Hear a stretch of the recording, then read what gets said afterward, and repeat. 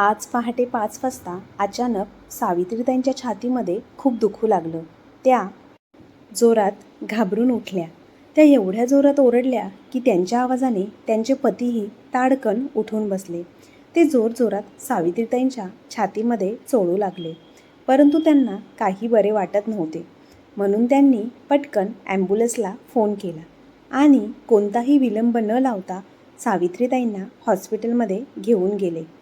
वेळेत हॉस्पिटलमध्ये नेल्यामुळे सावित्रीताईंवर पटापट इलाज झाले आणि त्यांचे प्राण वाचले. 4-5 दिवस हॉस्पिटलमध्ये राहिल्यानंतर सावित्रीताईंना घरी सोडण्यात आले. घरी जात असताना सावित्रीताईंनी दामोदररावांना गाडी रस्त्याच्या पलीकडे 10 मिनिटासाठी थांबवायला सांगितली. त्यांना समजलेच नाही सावित्री असे का करत आहे, परंतु त्यांनी कसलाही विचार न करता गाडी तिथे थांबवली. तिथे बाजूलाच एका खाजगी शाळेची इमारत होती. सुट्टीची वेळ असल्यामुळे शाळेचा गेट पूर्णपणे उघडा होता आणि मुले एकामागून एक पळत बाहेर येत होती. कोणाचे आईवडील त्यांना घ्यायला आले होते, तर काही मुले सरळ घरी निघाली होती. बाहेर पडताच काही मुले आनंदाने त्यांच्या आईवडिलांना दिवसभर शाळेत काय झाले ते सांगू लागली. सर्व पालकांच्या चेहऱ्यावर एक प्रकारचे समाधान दिसले होते. बाहेर पडणाऱ्या प्रत्येक मुलाकडे पाहत सावित्रीताई अगदी मन लावून गेटकडे पाहत होत्या. तेवढ्यात दामोदरजी म्हणाले, "काय सावित्री, पुन्हा इथेच थांबलीस? अगं, तू आता हॉस्पिटलमधून घरी चालली आहे, मरणाच्या दारातून, आणि तरीसुद्धा तुला इथेच थांबायचं आहे. किती वेळा तुला सांगू, आपला मुलगा आता इथे शिकत नाही. त्याचे शिक्षण कित्येक वर्षापूर्वी पूर्ण झाले आणि ही शाळाही तो केव्हाच सोडून गेला. फक्त शाळाच काय, तो तर आपल्यालाही आणि या देशालाही सोडून गेला आहे." हे बोलता बोलता दामोदररावांचा आवाज कापरा झाला. ते इकडे तिकडे पाहू लागले आणि डोळ्यातील अश्रू लपवण्याचा प्रयत्न करू लागले. तेव्हा सावित्रीताई म्हणाल्या, "माहिती आहे मला, पण तरीही दरवेळी शाळेसमोरून जाताना पाय आपसूक थांबतात. मनात कुठेतरी आशा असते की आपला अतुल धावतच बाहेर येईल आणि आनंदाने आई म्हणून मला मिठी मारेल." हे ऐकून दामोदरराव काही क्षण शांत राहिले. मग सावित्रीताई म्हणाल्या, "खूप आठवण येते अतुलची. तुम्हालाही येत असेल ना?" त्यावर दामोदरराव तिला समजावत म्हणाले, "अगं सावित्री, मुलं जेव्हा स्वतःच्या संसारात रमून जातात तेव्हा मान्य करावं लागतं की ती मोठी झाली आहेत. त्यांची कर्तव्य आणि अधिकार बदललेले आहेत आणि आपण एकटे कुठे आहोत? आपण दोघं सोबत आहोत ना. 2 माणसं एकत्र असलं की ती 2 नसतात तर 11 होतात." सावित्रीजी म्हणाल्या, "तुमची ही तत्त्वज्ञानाची भाषा ऐकायला चांगली वाटते, पण एका आईच्या मनाला समाधान देऊ शकत नाही." बोलता बोलता त्यांचा गळा दाटून आला होता. दामोदरराव पुन्हा म्हणाले, "सावित्री, आपल्या देशात आपल्यासारखे कित्येक आईवडील आहेत ज्यांची मुलं परदेशात स्थायिक झाली आहेत. आजकाल हे सगळं सामान्य झालंय आणि तसं पाहिलं तर अमेरिकेतून भारतात यायला फार वेळ लागत नाही. त्यामुळे इतकं मनाला लावून घेऊ नकोस. आता चल घरी." असं म्हणत दामोदरराव सावित्रीताईंचा हात घेऊन चालू लागले. ते तिला समजावत होते, पण स्वतःच्या मुलाच्या दूर जाऊन स्थायिक होण्याच्या दुःखाने ते स्वतःही आतून पूर्णपणे तुटत होते. चालताना त्यांच्या मनात जुन्या आठवणींची लाट उमटली. "आई बाबा, मला परदेशात नोकरी मिळाली आहे. कित्येक वर्षापासून पाहिलेले स्वप्न आज पूर्ण झालंय. मी आता कायमचा अमेरिकेत स्थायिक होणार. आता बघाच तुमचा मुलगा किती मोठ्या यशाच्या शिखरावर पोहोचतो." अतुलने आनंदाने त्याच्या आईवडिलांना ही बातमी दिली होती. पण मुलगा परदेशात जाणार हे ऐकताच दामोदरराव पूर्णपणे सुन्न झाले होते आणि सावित्रीताई तर पूर्णपणे स्तब्ध झाल्या होत्या. त्यांच्या तोंडून एक शब्दही निघत नव्हता. दामोदररावांनी आपल्या मुलाला थांबवण्याची विनंती करत म्हणाले, "हे काय सांगतो आहेस तू बेटा? तू आमचा एकुलता एक मुलगा आहेस. जर तूच आम्हाला सोडून अमेरिकेला जाशील तर या वयात आम्ही दोघं इथे एकटे कसे राहू?" "ओ कमॉन बाबा, ही इमोशनल होण्याची वेळ नाही. शेवटी माझ्याही भविष्याचा प्रश्न आहे. माझे सगळे मित्र परदेशात स्थायिक झाले आहेत. काय अफलातून जीवनशैली आहे त्यांची. तुम्हाला काय वाटतं, मी आयुष्यभर इथेच अडकून राहू?" अतुल म्हणाला, "काय रे बाळा, आपल्या देशात काय कमी आहे? मला चांगली पेन्शन मिळते आणि तूही मुंबईत उत्तम नोकरी करतो आहेस. हे घरही आपलंच आहे. मग अशी कोणती कमतरता आहे की ज्यामुळे तुला तुझं स्वतःचं घर, देश आणि आम्हाला सोडून परदेशात जावंसं वाटतंय? दामोदररावांनी विचारलं. बाबा, आमच्याही काही इच्छा, आशा आहेत. फक्त तुम्हा दोघांचाच विचार करत बसायचं का? अतुल तावातावाने म्हणाला. त्यावर दामोदरराव म्हणाले की बाळा, नोकरीच्या काळात मला देखील परदेशी जाण्याची संधी मिळाली होती. पण तुझी बोर्डाची परीक्षा होती म्हणून आम्ही तिकडे गेलो नाही. आधी तुझ्याच भविष्याचा विचार केला. यावर अतुलची शक्ती बोलू लागली. अतुल रागातच म्हणाला. बाबा, ती तुमची मूर्खपणाची चूक होती. पण मी ती चूक का करावी? भावनांमध्ये वाहून जाऊन चुकीचा निर्णय घेऊन आयुष्यभर पश्चाताप करत बसायचं का? माफ करा बाबा, मी तसं करू शकत नाही. मी प्रॅक्टिकल विचार करतो आणि तसेच निर्णय घेतो. मुलाच्या या कटू शब्दांनी दामोदरराव शून्य झाले. त्यांनी हताशपणे सावित्रीताईंकडे पाहिलं, पण तिच्या डोळ्यात केवळ अश्रू होते. तिला अजूनही हा धक्का पचत नव्हता. पण अतुलला याची काहीच तमा नव्हती. परदेशी स्थायिक होण्याच्या लालसेने त्याला पंख लागले होते. त्याने आपल्या आईवडिलांच्या निराश आणि हताश चेहऱ्याकडे दुर्लक्ष करत शेवटी उड्डाण घेतलं. आईवडिलांना एकटं सोडून पत्नी आणि मुलांना घेऊन तो परदेशी निघून गेला. भूतकाळाच्या आठवणीमध्ये गुंतलेले दामोदरराव कधी घराच्या दारापर्यंत पोहोचले त्यांना कळलंच नाही. त्यांनी हातातील सामान दारासमोर ठेवलं आणि म्हणाले, सावित्री, चावी दे. सावित्रीताई काहीच प्रतिसाद देत नव्हत्या. अगं काय करतेस? चावी दे ना, असं म्हणत दामोदरराव मागे वळाले आणि ते पाहून त्यांच्या अंगाचा थरकाप झाला. सावित्रीताई आश्चर्याने डोळे मोठे करून उभी होती. तिच्या कपाळावर घाम होता आणि काही क्षणात ती एका कापलेल्या वृक्षाखाली कोसळली. सावित्री, काय झालं? तुला असं ओरडत दामोदररावांनी मदतीसाठी हाक मारू लागले. आजूबाजूच्या लोकांनी धावत येऊन तिला ताबडतोब गाडीत टाकले आणि हॉस्पिटलमध्ये पुन्हा घेऊन गेले. आता डॉक्टर उपचार करत होते तर बाहेर बसलेले दामोदरराव घाबरलेले अवस्थेत होते. अचानक काय झालं सावित्रीला ते स्वतःलाच विचारत होते. कधी स्वतःला समजावत होते की कदाचित थोडी कमजोरी आली असेल, तर कधी भीती वाटत होती की काही गंभीर आजार तर नाही ना. अस्वस्थ होऊन त्यांनी अतुलला फोन लावला. 2-3 वेळा प्रयत्न केला, पण त्याने फोन उचललाच नाही. थोड्याच वेळात नर्स बाहेर आली. माझी पत्नी सावित्री कशी आहे? दामोदररावांनी घाईघाईने विचारले. तेव्हा नर्स म्हणाली, त्यांच्यावर उपचार सुरू आहे. कृपया रिसेप्शनवर जाऊन 50,000 रुपये जमा करा. दामोदररावांनी लगेच मोबाईलवरून पैसे ट्रान्स्फर केले. दुसऱ्या दिवशी सकाळी सावित्रीताईंच्या सर्व चाचण्या झाल्या आणि जेव्हा रिपोर्ट समोर आला तेव्हा दामोदररावांच्या पायाखालची जमीनच सरकली. दामोदररावांना असं वाटलं की त्यांच्या शरीरातलं सगळं बळ निघून गेलं आहे. जेव्हा त्यांना समजलं की सावित्रीताईंना कॅन्सर झाला आहे, पण त्यांनी स्वतःला खचू दिलं नाही आणि त्यांनी मनाशी ठरवलं की ते सावित्रीताईंना कुठल्याही प्रकारे चिंता करू देणार नाही. त्याचवेळी त्यांचा मुलगा अतुलचा फोन आला. दामोदररावांनी त्याला सगळी परिस्थिती सांगितली. बाबा, तुम्ही काळजी करू नका. आई लवकरच बरी होईल. फक्त तिच्या रिपोर्टची आणि औषधांची योग्य काळजी घ्या. अतुल म्हणाला. त्याच्या बोलण्याने दामोदररावांना थोडं हलकं वाटलं. 2 दिवसांनी सावित्रीताईंना हॉस्पिटलमधून घरी पाठवण्यात आलं. दामोदररावांनी त्यांची खूप काळजी घेऊ लागले. स्वतःच्या हाताने पौष्टिक जेवण बनवायचे, वेळेवर औषधं द्यायचे. त्यांना रोज सकाळी आणि संध्याकाळी बागेत फिरायला न्यायचे. डॉक्टरांकडे तपासणीसाठीही घेऊन जायचे. हे सगळं अगदी ते मनापासून करत होते. दामोदररावांचं इतकं प्रेम आणि समर्पण पाहून सावित्रीताईंना अश्रू आवरतच नव्हते. पण दामोदररावांनी मनाशी ठरवलं होतं, ते त्यांना काहीही होऊ देणार नव्हते. त्यांना योग्य ते उपचार मिळवून द्यायचे आणि त्यांना पूर्णपणे बरं करायचं.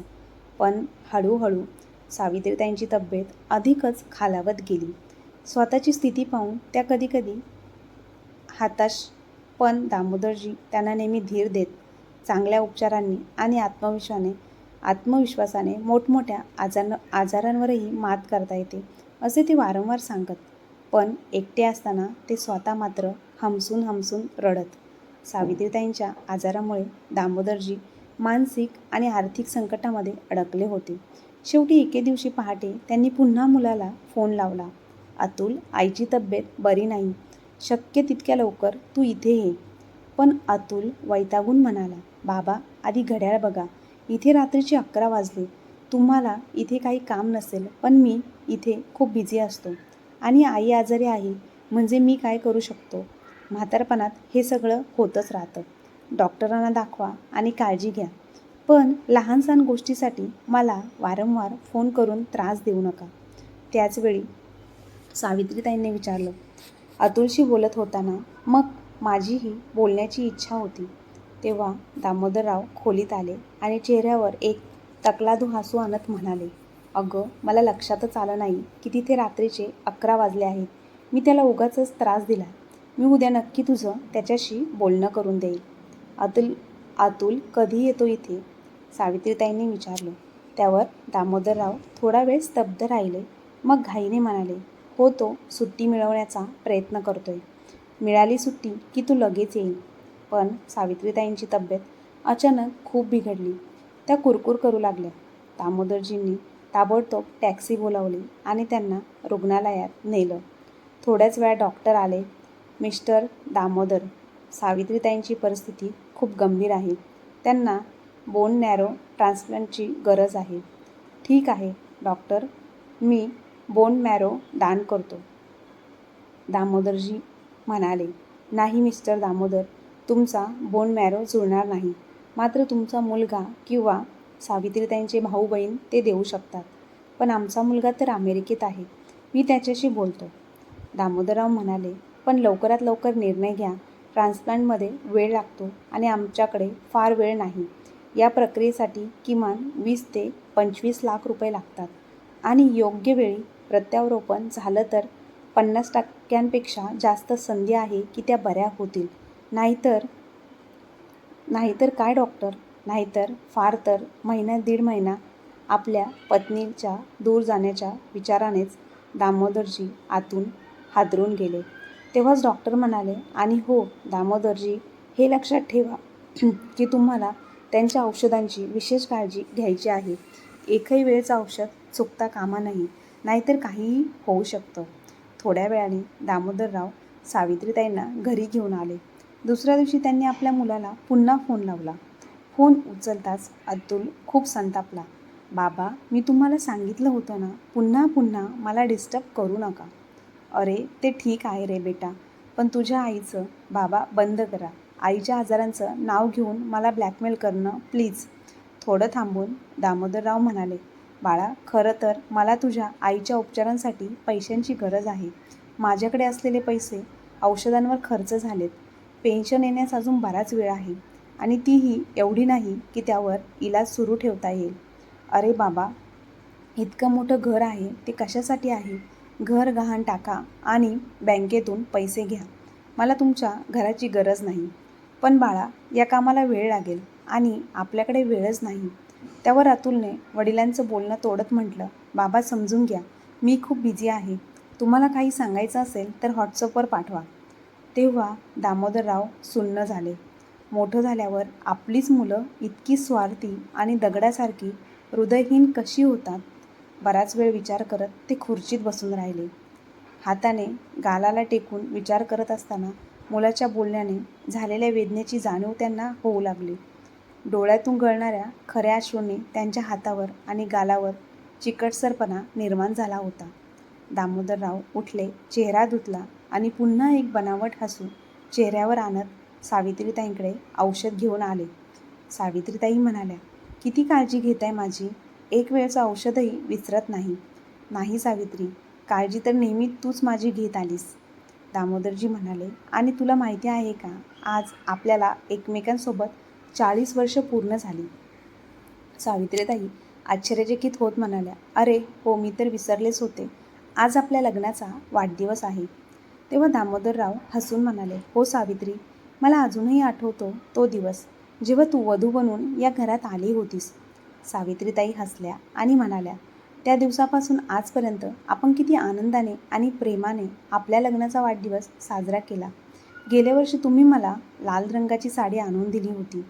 हो सावित्री, लाल रंग तुझ्या गोऱ्या चेहऱ्यावर फार सुंदर दिसत होता.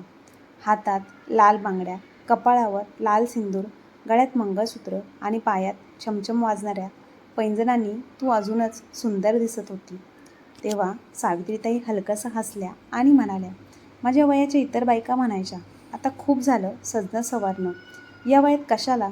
पण मी कधीही वयाच्या बंधनात अडकलेच नाही. पण आता परिस्थिती अशी आहे की असं म्हणताच त्यांचा गळा दाटून आला आणि डोळ्यातून अश्रू वाहू लागले. थोडा वेळ शांत राहिल्यानंतर सावित्रीताई म्हणाल्या, आठवतं का तुम्हाला तो दिवस जेव्हा तुम्ही माझा हात हातात घेऊन मला म्हणाला होता की मी तुझ्याकडून आपल्या लग्नाचं 8वं वचन मागतो. मी तर आश्चर्यचकित झाले होते. मी विचार केला, 7 वचन पुरेशी नाहीत का, जो तुम्ही अजून एक वचन मागत आहात. तेव्हा तुम्ही मला म्हणाला होता की मला हे वचन हवंय की तू नेहमी माझ्यासोबत राहशील. कोणतीही परिस्थिती असो किंवा कोणतीही मोठी अडचण असो, तू मला सोडून जाणार नाहीस. आणि मीही ते वचन दिलं होतं. एवढं बोलून सावित्रीताईंनी दामोदररावांचा हात हातात घेतला आणि रडत म्हणाल्या, आजपर्यंत मी माझ्या वचनाला पाळलं, पण आता कदाचित. इतकं ऐकताच दामोदरराव, जे आत्तापर्यंत सावित्रीताईंसमोर स्वतःला सावरून होते, अचानक कोलमडले आणि सावित्रीताईंना मिठी मारून लहान मुलांसारखे ढसाढसा रडू लागले. दोघांच्याही डोळ्यातून अश्रुधारा वाहू लागल्या.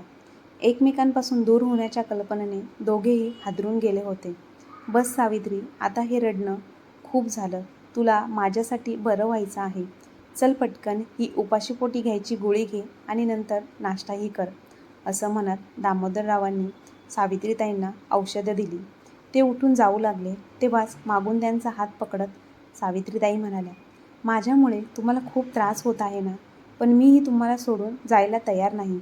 तू कुठे सोडून जाणार नाही सावित्री, अगदी बरी होशील. तेव्हा सावित्रीताई म्हणाल्या, अहो तुमचं अतुलशी बोलणं झालं का. नाही, थोडा वेळ आधी फोन केला होता, पण त्याने तो फोन उचलला नाही. ऑफिसमध्ये बिझी असतो. हा कसला बिझनेस आहे. एवढाही वेळ नाही की तो आजारी आईची विचारपूस करेल. तुम्ही पुन्हा फोन लावा ना, मला त्याच्याशी बोलायचंय. नको सावित्री, कदाचित तो अजूनही बिझी असेल. मी उद्या बोलायला सांगतो. अहो तुम्ही रोज उद्यावर ढकलता. एकदा तरी बोलवा. खूप इच्छा आहे त्याच्याशी बोलण्याची. शक्य झालं तर व्हिडिओ कॉल लावा. त्याच्यासोबत मुलांनाही पाहता येईल. दामोदररावांनी अतुलला व्हिडिओ कॉल लावला, पण त्याने तो उचलला नाही.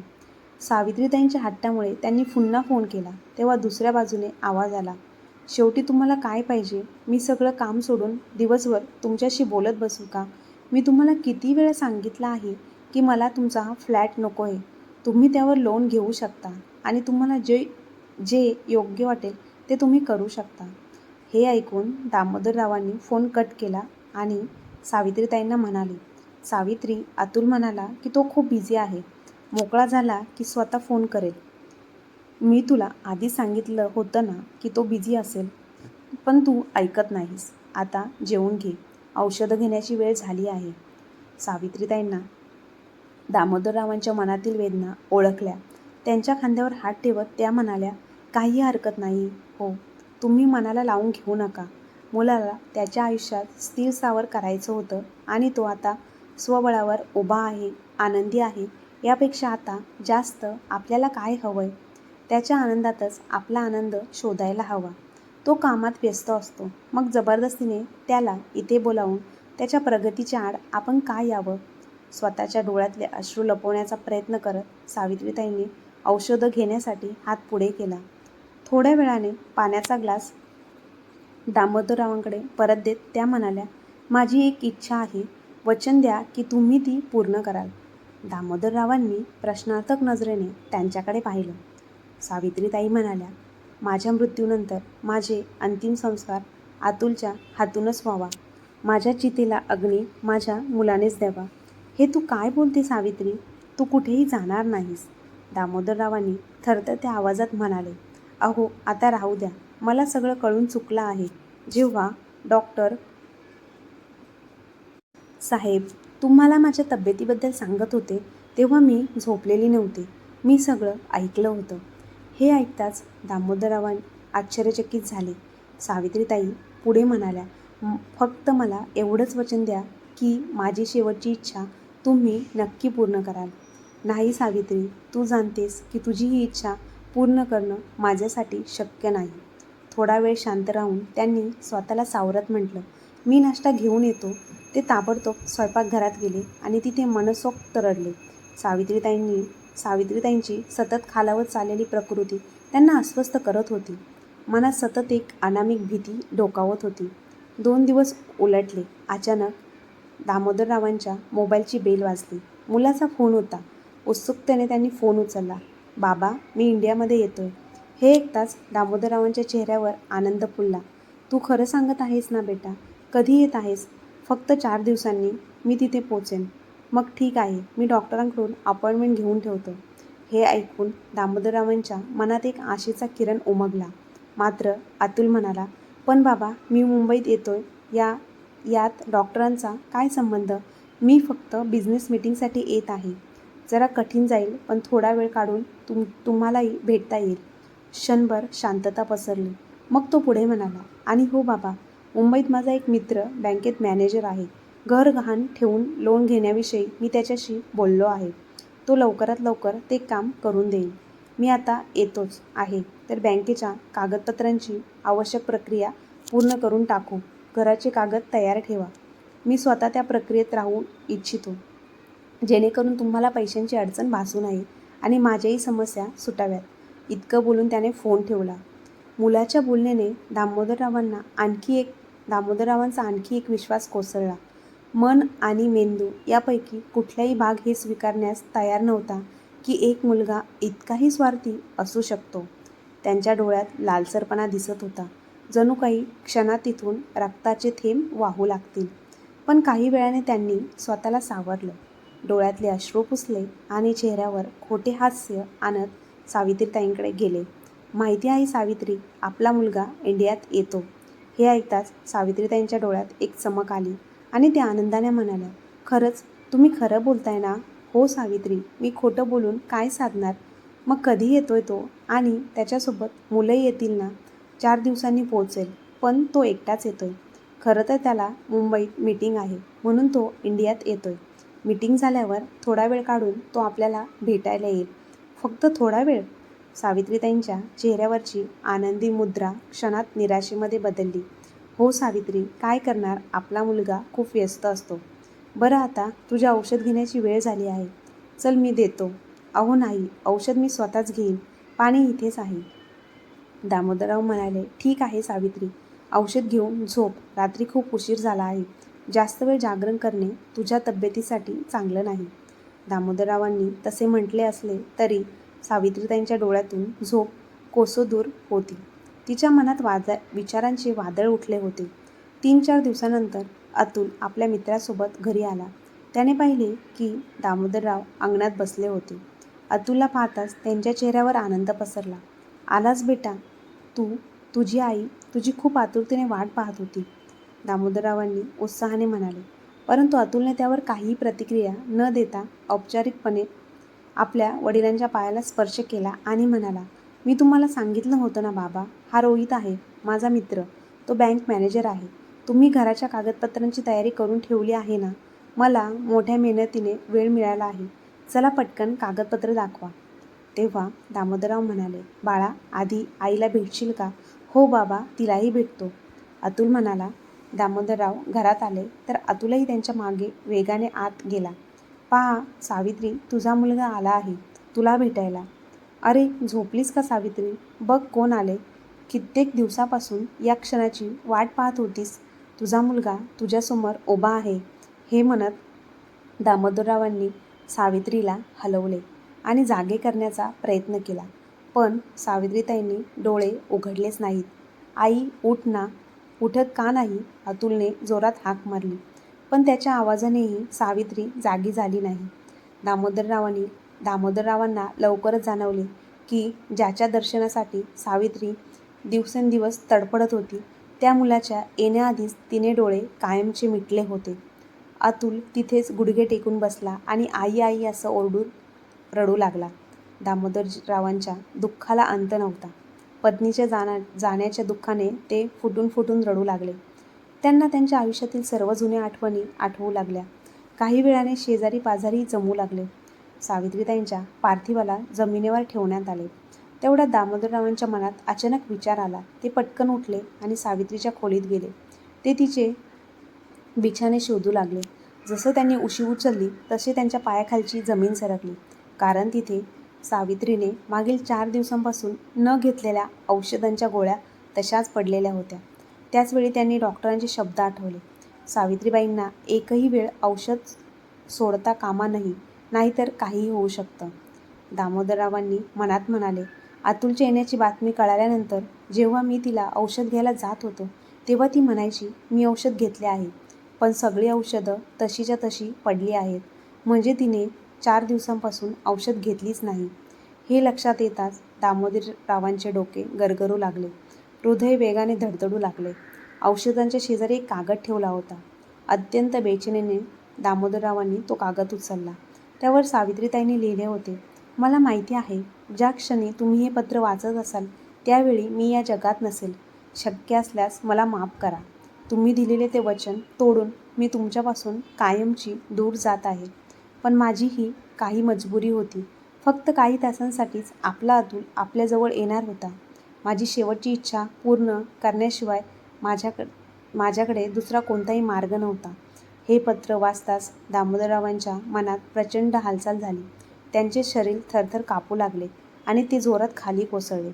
अतुलने वडिलांच्या हातातून ते पत्र काढून घेतले आणि वाचताच त्याच्या डोळ्यातून आसवांचा पूर फुटला. तो आपल्या वडिलांच्या खांद्यावर हात ठेवून थरथरत्या आवाजात म्हणाला, बाबा, कृपा करून स्वतःला सावरा. पण जसे अतुलने आपल्या वडिलांना स्पर्श केला त्या क्षणी त्यांची मान एका बाजूला झुकली. दामोदररावांनी सावित्रीताईंना दिलेले 8वे वचन पाळले होते. त्यांनीही तिला एकटे जाऊ दिलं नाही. मित्रांनो, तुम्ही कितीही मोठे झाला तरी तुम्ही तुमच्या आईवडिलांसाठी त्यांचं छोटंसं बाळच असता. त्यांची पूर्ण दुनिया तुम्हीच आहे. परंतु हे तुम्ही विसरून जाता आणि आपली स्वतःची एक वेगळीच दुनिया निर्माण करता आईवडिलांशिवाय. हे खूप चुकीचं आहे. तर मित्रांनो, तुम्हाला आजची ही भावनिक कथा कशी वाटली कमेंट बॉक्समध्ये नक्की कळवा. आणि आजची कथा आवडली असल्यास आपल्या चॅनलला लाईक, शेअर, सबस्क्राईब नक्की करा. धन्यवाद.